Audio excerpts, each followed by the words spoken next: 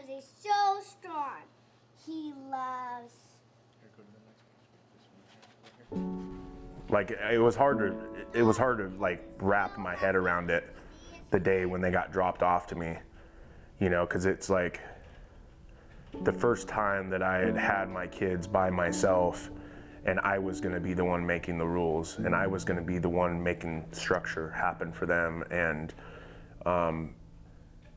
I guess being a full-time dad scared me.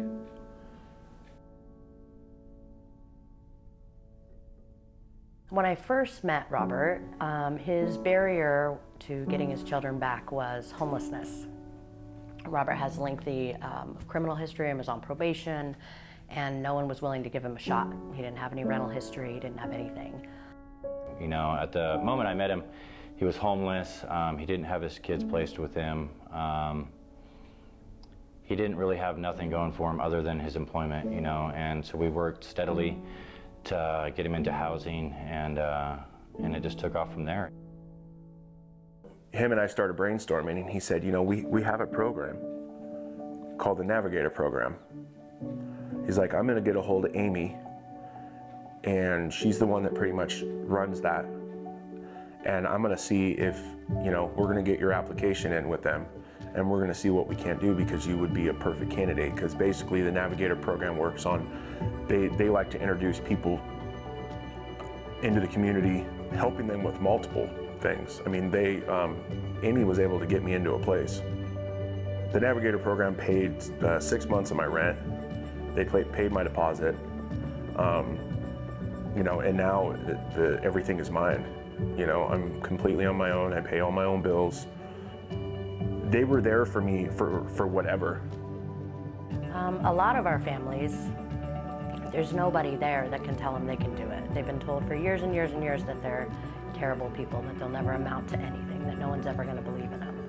And then I come in with more hope than any one person should probably have, and just let them know this is totally doable, and just make sure and wake up every day and be grateful. I'm grateful every day I get to get up and come to work, and sometimes it's really hard, but I think that's one of the foundations that I try to teach them, is just gratefulness, and not gratefulness for me, but gratefulness that you get a chance, that you're different. It's just having that faith in somebody that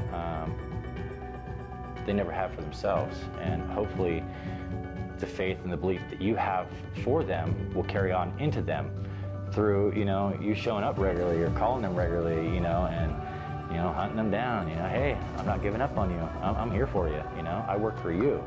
That's the biggest thing.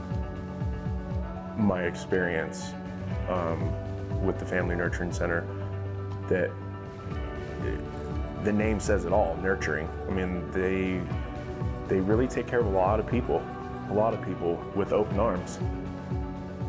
These are all real people doing real good work, and it's not about, you're treated with so much respect and so much dignity, but that you can't help but walk out and give the same back to people. Like, Lisa's one of the most amazing human beings I've ever met. I've cried with her, I've laughed with her, we've staffed, you know, we do, it's just real stuff. There's no fake, ooh, look what we did here, oh, doesn't this look pretty? It's all real stuff.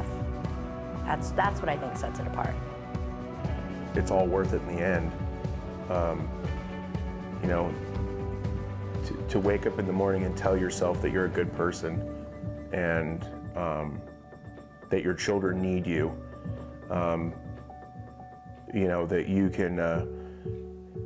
can beat this addiction, you know, whatever it may be.